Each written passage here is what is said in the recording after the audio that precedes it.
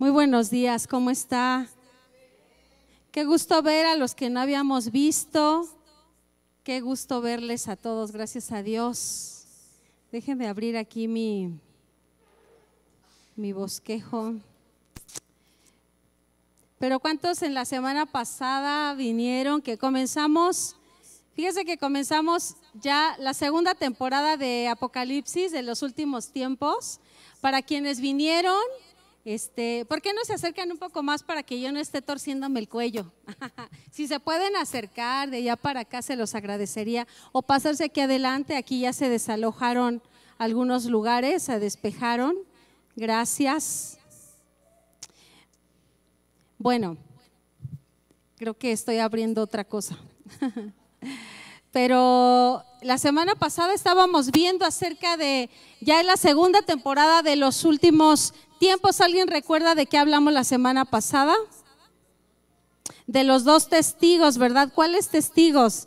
No los que usted se imagina, ¿verdad? Sino los dos testigos de los que habla el Apocalipsis, ¿amén?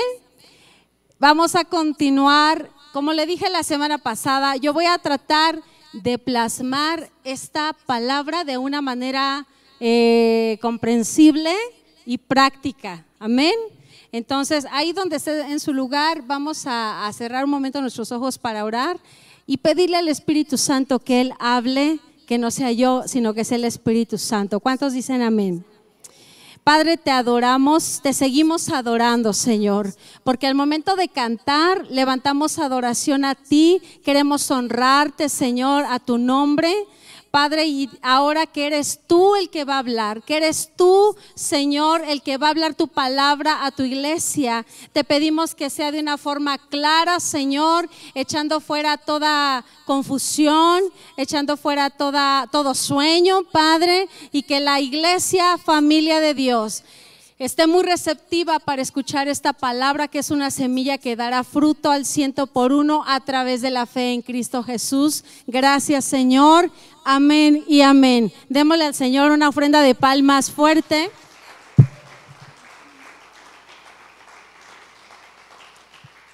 Gloria a Dios. Bueno, la semana pasada hablamos sobre los dos testigos. Hoy vamos a culminar la parte de los dos testigos. Es un tema muy interesante, me encantaría que anotaran, ¿verdad? Que guardaran su celular, que lo pusieran en modo vibrador, que no se distrajeran con nada, a menos que sea una emergencia, ¿verdad? Pero si es alguien que te mandó un chiste, un meme, pues puede esperar, ¿verdad? Eso puede esperar. Entonces, bueno, quiero que leamos lo que dice el libro de Apocalipsis en el capítulo 11, del 4 al 14. Son 10 versículos, es una lectura no tan larga, pero sí más o menos. Pero fíjate cómo quiero que lo leas, que lo veas, como si fuera una película de lo que está pasando en ese momento, ¿ok? ¿Está listo? Díganme amén. O díganme, ajá, sí, cómo no, ok, muy bien. Vamos a leer, dice así la palabra del Señor. Estos dos profetas son los dos olivos y los dos candelabros que están delante del Señor de toda la tierra. Si alguien, fíjese bien, si alguien trata de hacerles daño, sale fuego de sus bocas y consume a sus enemigos. Así debe morir cualquiera que intente hacerles daño. Versículo 6. Ellos tienen el poder de cerrar los cielos para que no llueva durante el tiempo que profeticen. También tienen el poder ¿de qué? De convertir los ríos y los mares en sangre y de azotar la tierra cuantas veces quieran con toda clase de plagas. Versículo 7. Cuando los testigos hayan terminado de dar su testimonio, digan conmigo, cuando hayan terminado. Cuando hayan terminado de dar su testimonio, la bestia que sube del abismo sin fondo declarará la guerra contra ellos. Los conquistará y ¿qué dice? y los... ok. Cuando los testigos hayan terminado de dar su testimonio, quiero que traten los que están poniendo los versículos, que me sigan en la lectura. Muchas gracias. Cuando los dos testigos hayan terminado de dar su testimonio, la bestia que sube del abismo sin fondo declarará la guerra contra ellos y luego dice, los conquistará y los matará. Y sus cuerpos quedarán tendidos en la calle principal de Jerusalén, la ciudad que simbólicamente se llamaba Sodoma y Egipto, la ciudad en la cual el Señor fue crucificado. O sea, tipifica ahí por el pecado que va a haber ahí en Jerusalén, se va a llamar Sodoma y Egipto, la ciudad en donde el Señor fue crucificado. Y durante 3 días y medio, todos los pueblos y todas las tribus, lenguas y naciones se quedarán mirando los cadáveres. ¿Los cadáveres de quién, iglesia? De los dos testigos. A nadie se le permitirá enterrarlos. Los que pertenecen a este mundo, o sea, las naciones que se quedaron en la tribulación, se alegrarán y se harán regalos unos a otros para celebrar la muerte de los dos profetas que los habían atormentado. O sea, se van a ir a Liverpool a la Gran Barata a comprarse regalos y se van a dar regalos como en Navidad. ¿Por qué? Porque mataron a los profetas que los habían atormentado. ¿Pero por qué los habían atormentado? Porque ellos vienen a hablar las buenas nuevas de Cristo, y para el mundo que se quedó, para muchos es un tormento, va a ser un tormento. Pero después de 3 días y medio, diga, después de 3 días y medio, ¿qué dice ahí? Dios sopló vida en ellos y se pusieron de pie. El terror se apoderó de todos los que estaban mirándolos. Luego una voz fuerte del cielo llamó a los dos profetas. ¿Y qué les dijo? Suban aquí. O sea, fueron otra vez arrebatados, ¿verdad? Entonces ellos subieron al cielo en una nube mientras sus enemigos los veían.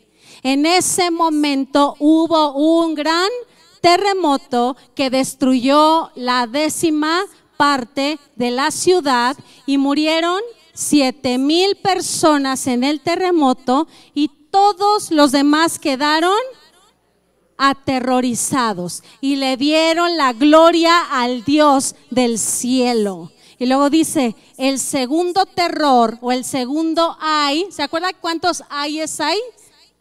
Hay 3 ayes, ¿verdad? El segundo terror ya pasó.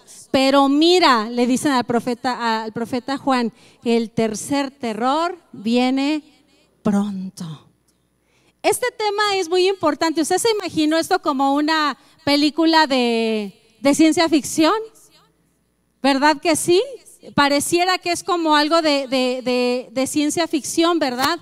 Pero el papel que van a desempeñar estos 2 hombres será fundamental para el pueblo judío, para que ellos se vuelvan al Dios verdadero y que reconozcan a Jesús como su Mesías. Pero ¿quiénes son estos 2 personajes? Pero para comprenderlo, ¿quiénes serán estos 2 personajes del Apocalipsis? Es importante comprender el contexto, ¿verdad? Por eso leímos estos versículos. El domingo pasado, para los que no asistieron, vimos que en la tribulación, diga conmigo, tribulación. ¿Qué sucede? ¿Qué pasó antes de la tribulación? ¿Dónde está la iglesia de Cristo?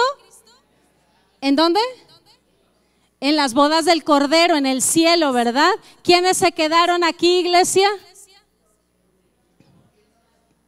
Las naciones que no recibieron a Cristo en su corazón, los judíos también que no, porque va a haber judíos arrebatados que reconocieron a Jesús como su Mesías, y también se quedaron los que no lavaron sus vestiduras, o sea, hablando de que tenían un corazón de pecado, eran cristianos, eran iglesia, pero no tenían su lámpara encendida. ¿Se acuerda la parábola de las 10 vírgenes? 5 tenían preparada su lámpara y 5 no. Entonces se quedan 5 y se van 5. Entonces, cuando la iglesia está en las bodas del Cordero, empieza la tribulación. Y hablamos en términos de resumen, hablando resumidamente, que será edificado el tercer templo de Jerusalén. Ahorita todavía no lo edifican, será edificado el tercer templo de Jerusalén y estará listo para los días del anticristo. Les preguntaba hace 8 días, a ver, ¿qué hubiera pasado si ahorita nos dicen ya está edificado el templo? Ya nos quedamos, ¿verdad?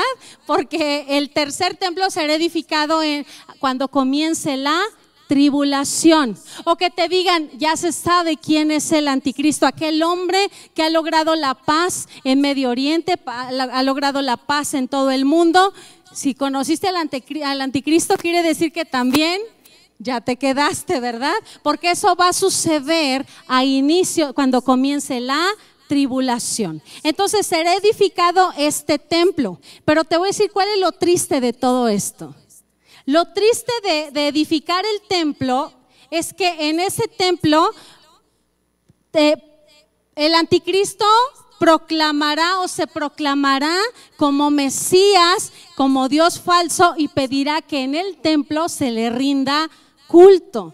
Y dice la Biblia que va a cometer lo que la misma Biblia le llama la abominación desoladora. Diga conmigo, abominación desoladora. ¿Se acuerda? Todo eso lo vimos la semana pasada. ¿Qué es la abominación desoladora, verdad?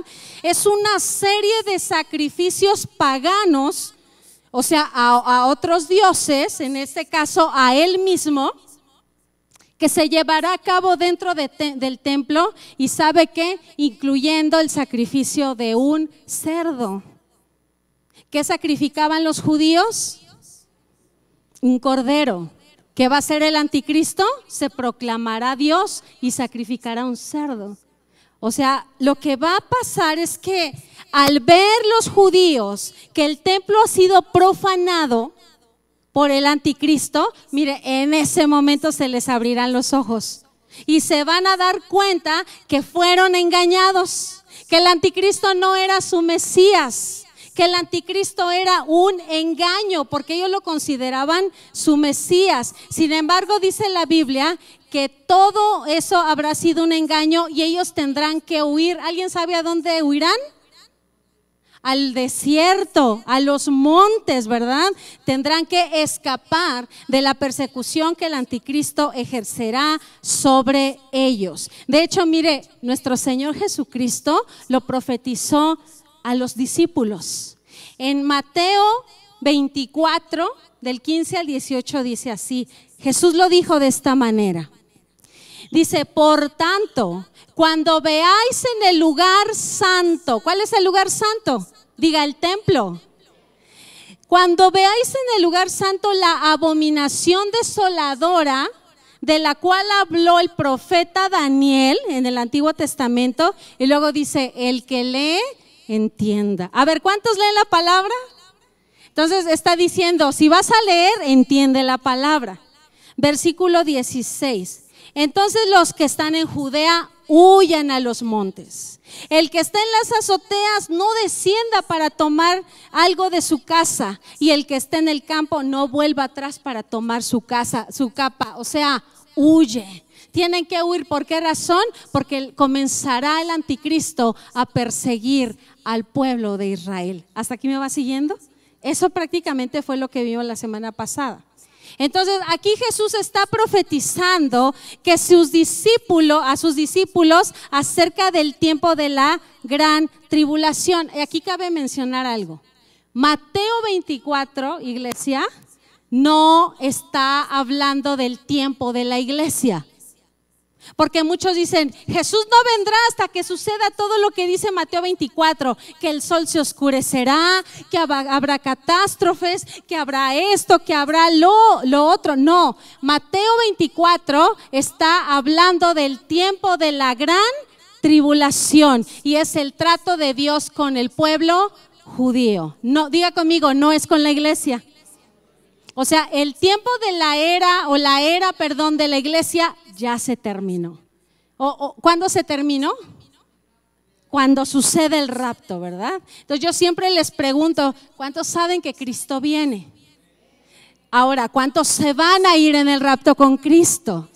Amén, amén. Yo quisiera que toda la iglesia dijera un fuerte amén, porque nos vamos con el Señor, amén. Entonces, Mateo 24 es un capítulo no para la iglesia, sino ¿para quién? Para el pueblo judío. Y está hablando de la angustia de Jacob, que es ese tiempo. ¿Cuántos años durará la tribulación y gran tribulación? 7 años. Muy bien, son muy buenos alumnos. Entonces, ¿sabe por qué? Apocalipsis 12 habla de, ¿cuántos han leído de la mujer y el dragón? La mujer que da a luz, parece como ciencia ficción también. Bueno, la mujer que da a luz, la mujer es el pueblo de Israel. Y dice que huye por el dragón, ¿verdad? Entonces está hablando de que el pueblo judío va a huir a causa de que el anticristo los va a perseguir. Entonces dice que huye al desierto 3 años y medio. Ahora bien, espero que hasta aquí haya sido clara, ¿verdad? En medio de la persecución, el pueblo de Israel, justo a la mitad de los 7 años, ¿cuántos en la mitad de los 7 años? 3 años y medio, justo a la mitad de los 7 años, Dios levantará a 2 hombres. Dios enviará a 2 hombres que profetizarán y van a perturbar el corazón del anticristo. Le van a querer estorbar y le van a estorbar al anticristo y a los reyes de la tierra, dice la Biblia. Y vamos a ver quiénes son estos 2 personajes. ¿Qué van a hacer estos 2 personajes? Amén. Número 1, el poder que tendrán los 2 testigos es impresionantemente grande para hacer milagros. Lo que va a pasar cuando desciendan estos 2 testigos es que van a hacer grandes milagros y grandes señales. Vamos a ver lo que dice Apocalipsis 11, 5 al 6. Dice así, ¿ya está ahí en la pantalla? Dice, si alguien trata de hacerles daño, sale fuego de sus bocas y consume a sus enemigos. Quiero que vean el poder que se les va a otorgar. Así debe morir cualquiera que intente hacerles daño. Ellos tienen el poder ¿de qué, iglesia? De cerrar los cielos, fíjense, de cerrar los cielos para que no llueva durante el tiempo que profeticen. 2, también tienen el poder de convertir los ríos y los mares en sangre y de azotar la tierra cuantas veces quieran con toda clase de plagas. ¿Le suena familiar a alguien? ¿Quién cerró los cielos para que no lloviera en 3 años y medio? Elías, en el tiempo de Acab. ¿Quién hizo que las aguas se convirtieran en sangre? ¿Quién hizo que las plagas descendieran sobre la tierra? Entonces, aunque la Biblia no menciona textualmente quiénes son estos 2 testigos, sí da un asomo, ¿verdad? De quiénes podrían ser estos 2 testigos. Y se cree que puede ser Elías y Moisés. ¿Por qué? ¿Por qué será?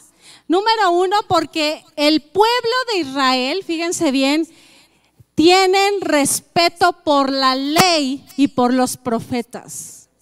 Entonces, ¿quién representa la ley? Moisés. ¿Quién representa a los profetas? Elías. Entonces Dios tiene que enviar a alguien a quien el pueblo de Israel le tenga respeto, les tenga temor también. Y se van a dar cuenta que la ley y los profetas no es más que el anuncio del advenimiento de Cristo Jesús a la tierra. De eso se van a dar cuenta, ¿verdad? Mire, es verdad que el anticristo va a tener un poder para hacer señales. ¿Cuántos sabían eso? O sea, el anticristo, Satanás le va a dar un poder, pero diga conmigo, es un poder limitado. Satanás va a tener, el anticristo va a tener un poder limitado, pero estos dos testigos, no hombre. Estos dos testigos podrán mostrar el poder de Dios a través de grandes señales, ¿verdad? Un detalle de estos personajes de la Biblia, que se le llaman los dos testigos, es que ellos van a atestiguar lo que han visto. Pero miren, no solamente son testigos por lo que vieron, escúcheme bien. No son testigos por lo que vieron solamente, sino fíjese que la palabra testigos en griego se traduce como mártir. ¿Cómo se traduce? Entonces ellos vienen como mártires. ¿Se acuerdan que hablábamos de eso?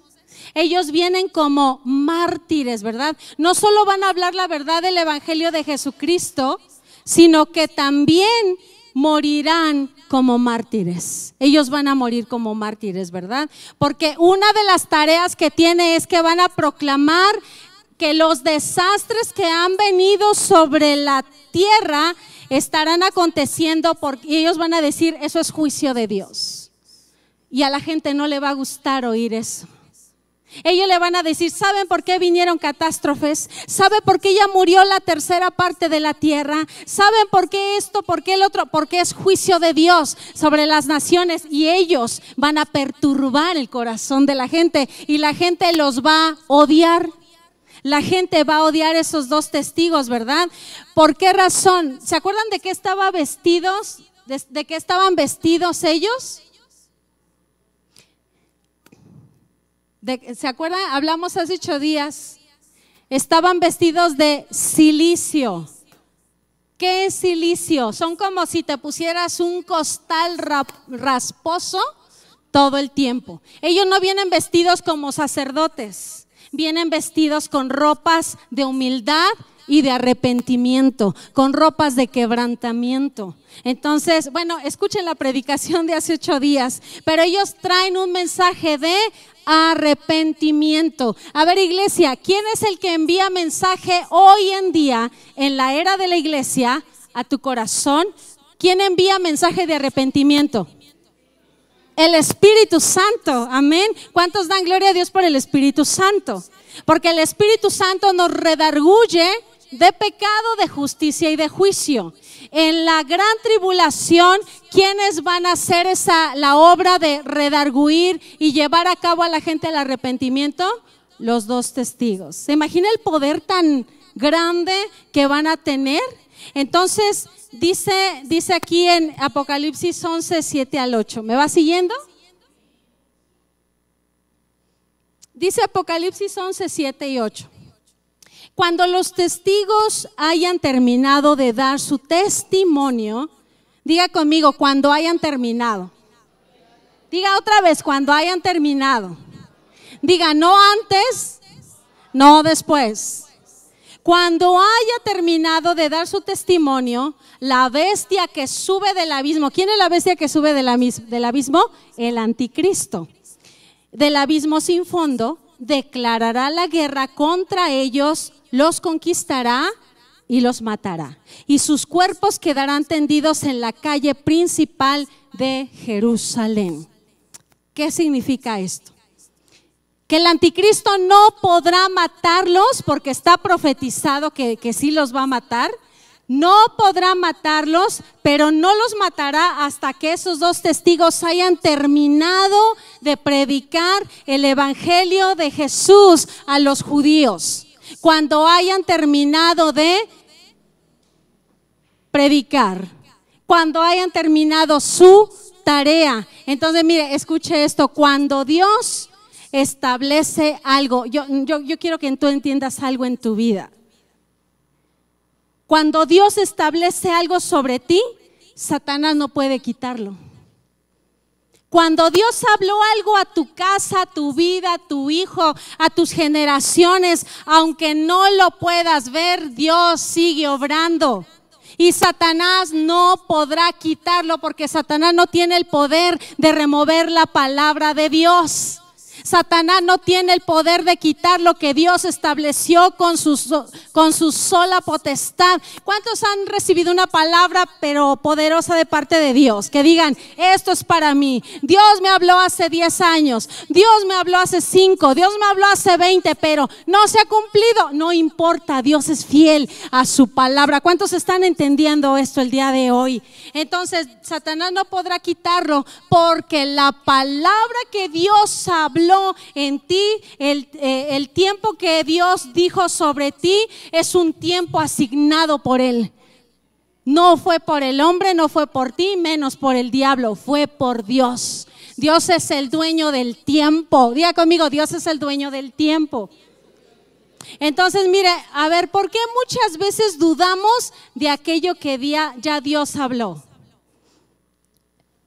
Porque, a ver, piense, ¿por qué? Porque nos falta fe.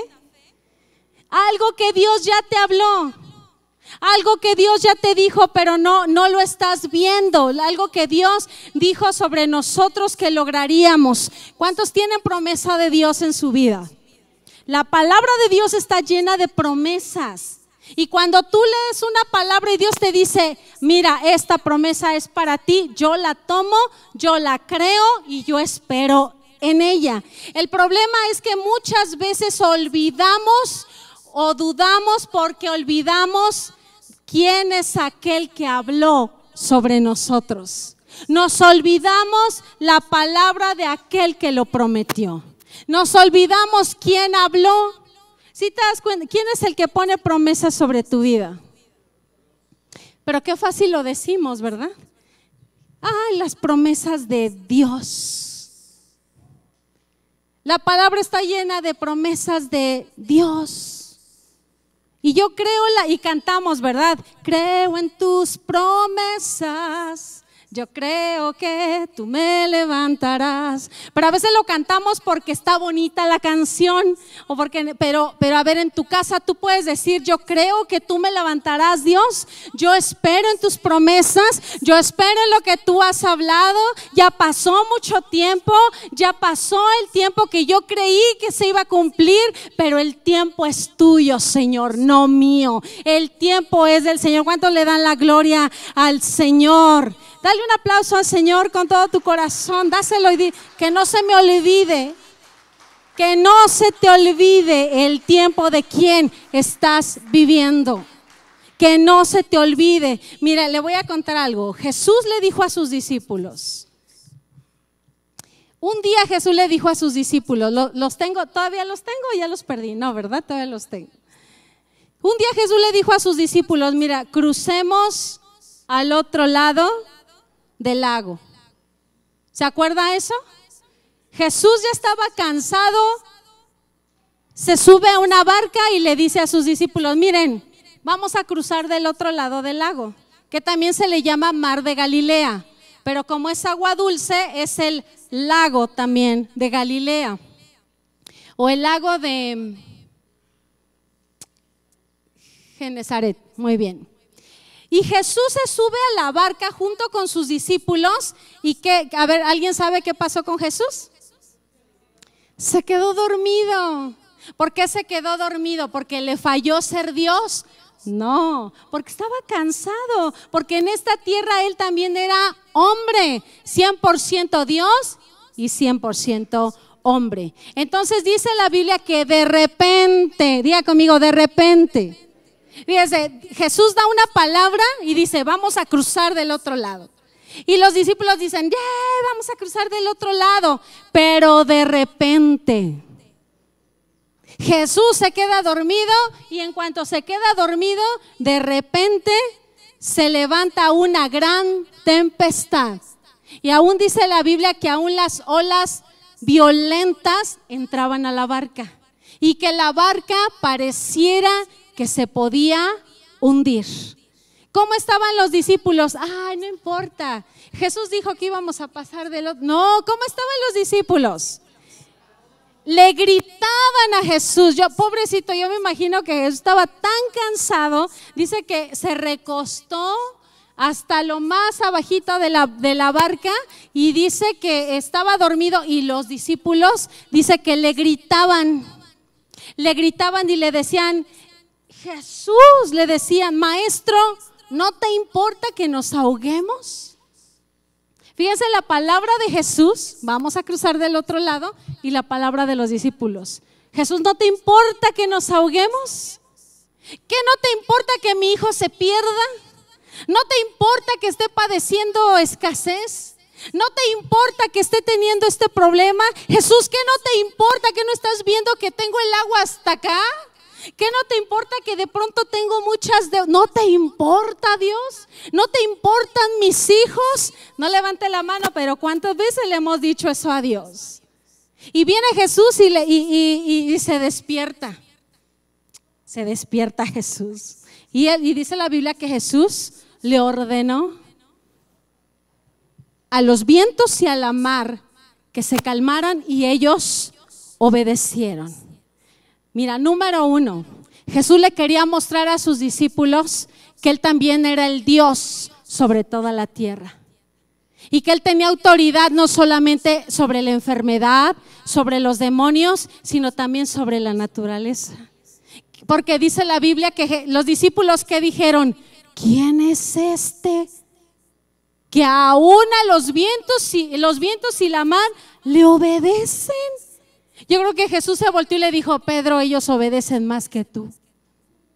¿Y cuántas veces la naturaleza obedece más que uno mismo, verdad?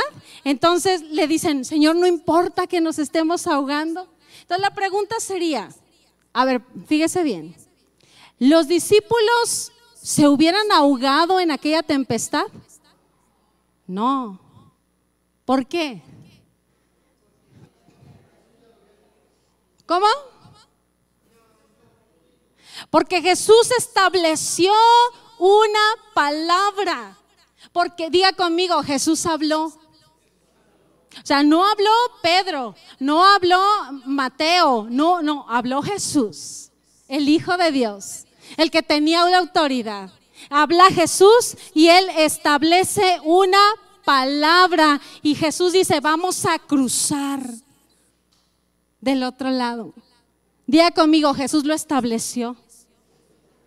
¿Qué tenían que hacer los discípulos? Creer, que se dijeran unos a otros, no te preocupes, mira, Jesús dijo que vamos a cruzar. Sí, se está metiendo el agua, sí, nos estamos anegando, sí, pareciera que se va a voltear la barca, pero no te preocupes, Jesús dijo que vamos a cruzar. Eso sería una gran fe, eso se llama fe en medio de la tormenta. ¿Cuántos han atravesado por una tempestad en la vida? Levanten su mano los que han atravesado una tempestad. A lo mejor pequeña, a lo mejor grande, a lo mejor un tsunami. Pero sabes, yo no sé si alguien quiera tomar esta palabra, pero si el Señor te dijo que vas a cruzar del otro lado, tú vas a cruzar. No sé si alguien lo tome por fe en el nombre de Jesús. Si el Señor te dijo, Él es fiel a su palabra. ¿Cuántos dicen amén a eso? Él es fiel a su palabra. Entonces no importa la tempestad que estés pasando, la vas a cruzar. ¿Por qué no le profetizas al que está junto a ti, le dices, vas a cruzar la tempestad, vas a cruzar del otro lado? Dile, vas a cruzar del otro lado, porque Jesús está en la barca. Él está en la barca. Pero es que esta situación ya no sabía, fue algo inesperado, no sabía. Pero a pesar, mira, te voy a decir una cosa. A pesar de nuestros errores, me encanta cómo lo dijo una pastora. Dios tiene contabilizadas nuestras estupideces. Ya las tiene inventariadas. O sea, Jesús ya sabía que te ibas a equivocar. O sea, a Jesús nada lo toma por sorpresa. Nada. Pero el Espíritu Santo te estuvo hablando antes y te decía, no, espérate, no lo hagas. No, espérate, no tomes esa decisión. No, espera. Ay, bueno, ya lo sabía. Aún Jesús tiene contabilizadas, ¿o cómo dijiste? Inventariadas nuestras tonterías, nuestras malas decisiones, porque es un Dios de gracia Y el Señor dice que 7 veces cae el justo y 7 veces el Señor lo levanta. ¿Cuántos dicen amén? Entonces dice que cuando los testigos hayan terminado de dar su testimonio, la bestia que sube del abismo sin fondo declarará la guerra contra ellos, no antes y no después. Y dice que los conquistará, los matará y sus cuerpos quedarán tendidos en la calle principal. Pero mire, escuche esto, ellos no perdieron. Diga conmigo, ellos no perdieron. Pero ¿cómo no perdieron si los mataron? Ellos no perdieron. Mire lo que sucede en el versículo 9 y 10. Y durante 3 días y medio, qué curioso que sean 3 días y medio, ¿verdad? ¿Cuánto dura la gran tribulación? 3 días y medio, 3 años y medio. Todos los pueblos y todas las tribus, lenguas y naciones se quedarán mirando los cadáveres. A nadie se les permitirá enterrarlos. Los que pertenecen a este mundo se alegrarán y serán regalos unos a otros para celebrar la muerte de los 2 profetas que los había atormentado. Versículo 12. Pero después de 3 días y medio, diga conmigo, pero después. ¿Cuánto necesitan el pero de Dios? Pero después de 3 días y medio, Dios sopló vida en ellos. ¿Me está escuchando? Dios sopló. ¿Cuánto necesitan que Dios sople vida en ustedes? Pónganme atención acá. ¿Cuánto necesitamos que Dios sople vida en ellos? Y dice la Biblia que se pusieron de pie. Mire, esos cadáveres que estaban 3 días y medio tendidos en la plaza de Jerusalén, a los 3 días y medio se levantaron. Y no eran zombies. Y dice la Biblia que el terror se apoderó de todos los que estaban mirando. Mire, el anticristo pensó que ya los había vencido. El anticristo pensó que ya los había vencido. Es más, los vio muertos. Se burlaba de ellos y dijo, déjenlos ahí para que vean que su Dios no es más poderoso que yo. Déjenlos ahí tendidos 3 días y medio. Pero después de 3 días y medio, Dios sopló aliento de vida en ellos y se pusieron de pie. Yo no sé si tú necesitas que hoy Dios sople aliento de vida en ti, en el nombre de Jesús, porque mira, hay momentos en tu vida donde Satanás pensará que ya te venció.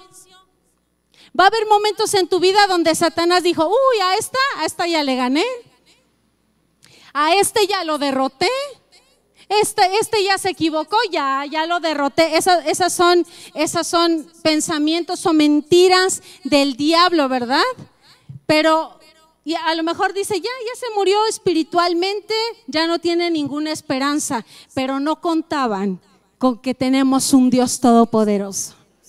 No contaba Satanás que había una palabra sobre ti, que Dios habló, y la palabra que ha salido de la boca de Dios se tiene que cumplir. Aunque pareciera que estás tendido en la calle, que no tienes esperanza. Yo sí me he sentido a veces así, no sé tú, pero yo me he sentido sin salida. Yo me he sentido, ¿ahora qué voy a hacer? Y Satanás se aprovecha de eso y dice, ¿ya ves? No que orabas, no que confiabas en la palabra de Dios. No que tú eras muy autosuficiente. Ve cómo estás, derrotado, sin fuerza, ya perdiste muchas cosas. Pero Dios, diga conmigo, pero Dios. Yo no sé qué va a hacer contigo después de 3 días y medio proféticamente, pero Dios hará algo. ¿Cuántos toman, iglesia, esa? Yo vengo a profetizarle al que cree, a hablarle al que cree, a predicarle al que cree y diga, yo sé que después de 3 días y medio el Señor me va a levantar, porque Él es fiel a sus promesas. Amén, aleluya. Y dice entonces que el terror se apoderó de todos los que estaban mirando y hubo un gran terremoto. Y dice que murió la 10ª parte de la ciudad y luego murieron 7,000 personas en ese terremoto. Ahora bien, una de las cosas de las cuales Dios habla de estos dos testigos, que probablemente sean Moisés y Elías, no lo puedo escribir en piedra, ¿verdad? Pero mi teoría es que sí. Todo apunta a que sí. Tienen algo muy importante.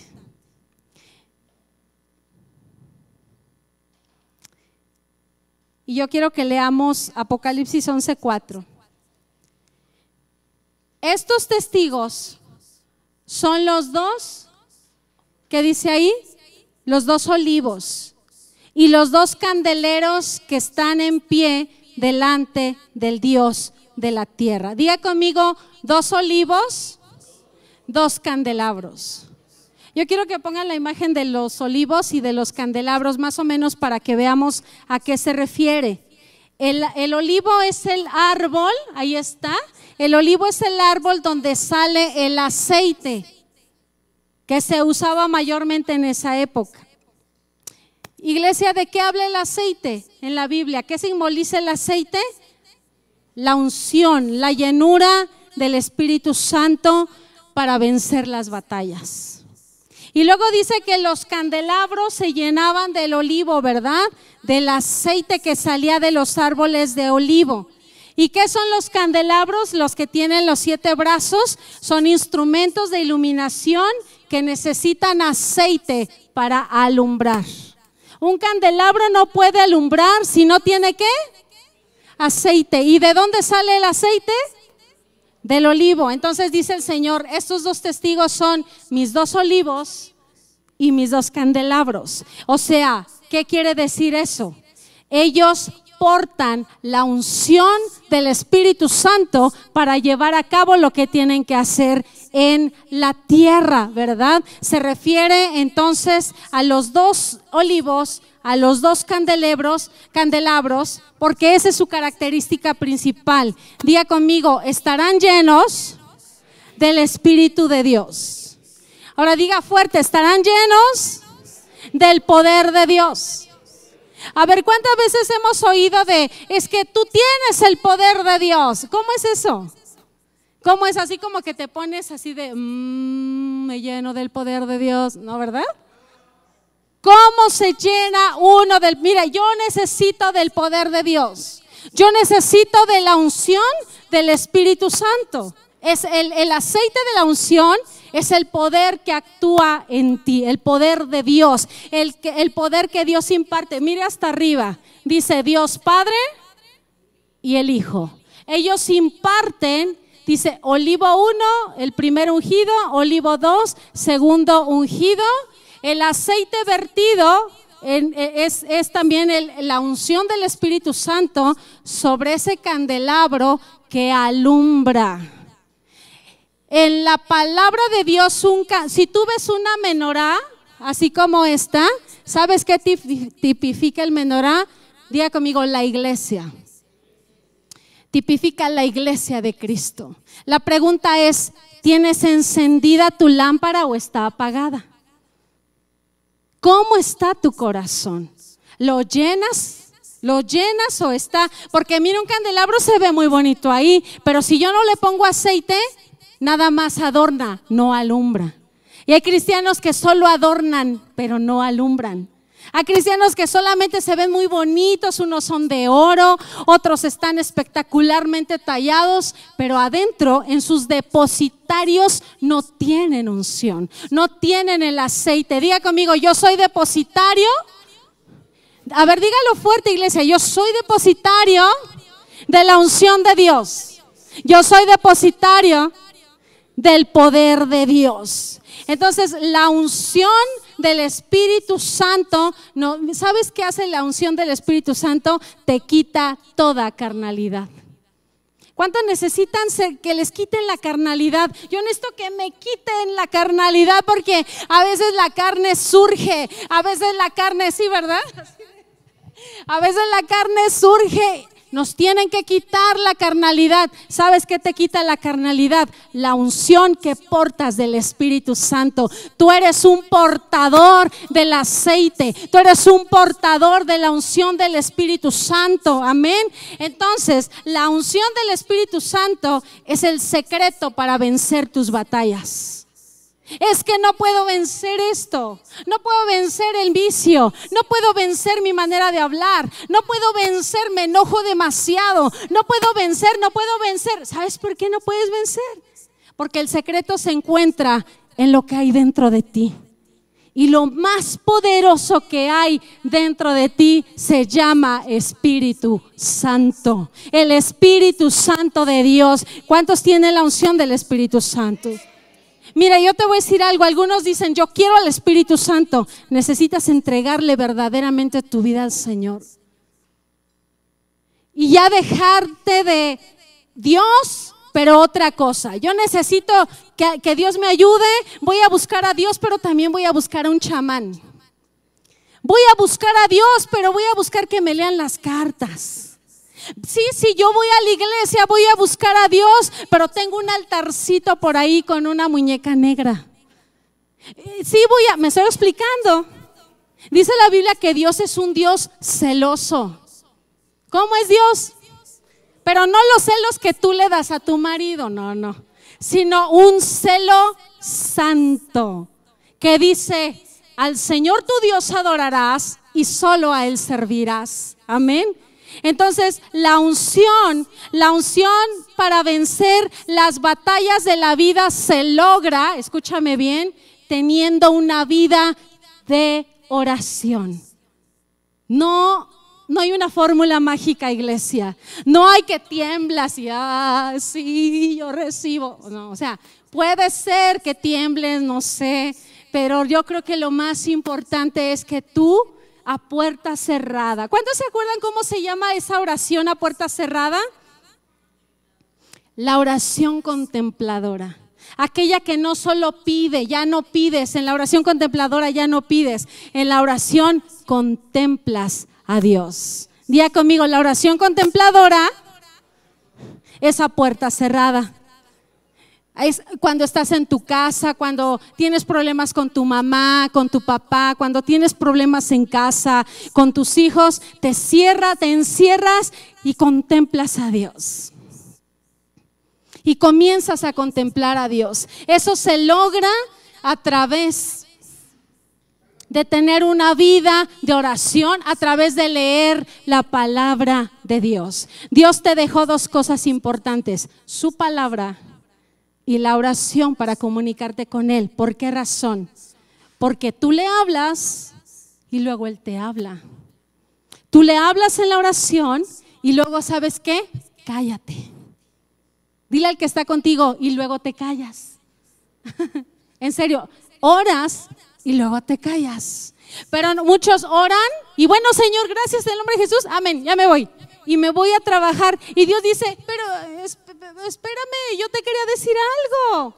El Señor te quiere hablar a través de su palabra. Él nos puede hablar, Él nos puede... no importa si tienes 1 año, 5, 10, 40 años de cristianismo en el Evangelio, el Espíritu Santo te puede revelar a Cristo todos los días. Y tu lámpara se tiene que llenar. ¿Sabes para qué necesitas la unción de Dios? Para tomar buenas decisiones. Para dejar de estarla regando todo el tiempo. Para dejar de hablar como no debes hablar. Para dejar de eso que estás pensando. Eso mismo, ¿verdad? Miren, mi oración este día es que cuando Cristo venga por su iglesia y seamos arrebatados, nos encuentre los 2 olivos, nos encuentre como olivos y como candelabros llenos del aceite, como aquellas vírgenes. ¿Cuántos quieren ser candelabros llenos del aceite? Yo quiero que con tus ojos cerrados, levántate y cierra tus ojos y vamos a tomar este tiempo para, ¿cuántos quieren ser llenos del Espíritu Santo? Levanta tus manos un momento. Yo primero que nada quiero hacer una pequeña oración. Cierra tus ojos, por favor. Y para aquel o aquella que quiera entregarle su vida a Cristo, porque antes de ser llenos tienes que entregarle tu vida al Señor. Y dile: Señor, yo me arrepiento de mis pecados, te recibo como mi Señor y Salvador, reconozco que tú moriste en la cruz por mis pecados y ahora yo te entrego mi vida por la fe en Cristo Jesús. Y ahora yo te pido que me llenes. Iglesia, si tú necesitas que el aceite de la unción que desciende de Dios hacia los olivos, hacia los candelabros, que eres tú, iglesia, el candelero eres tú, el que se llena de la unción.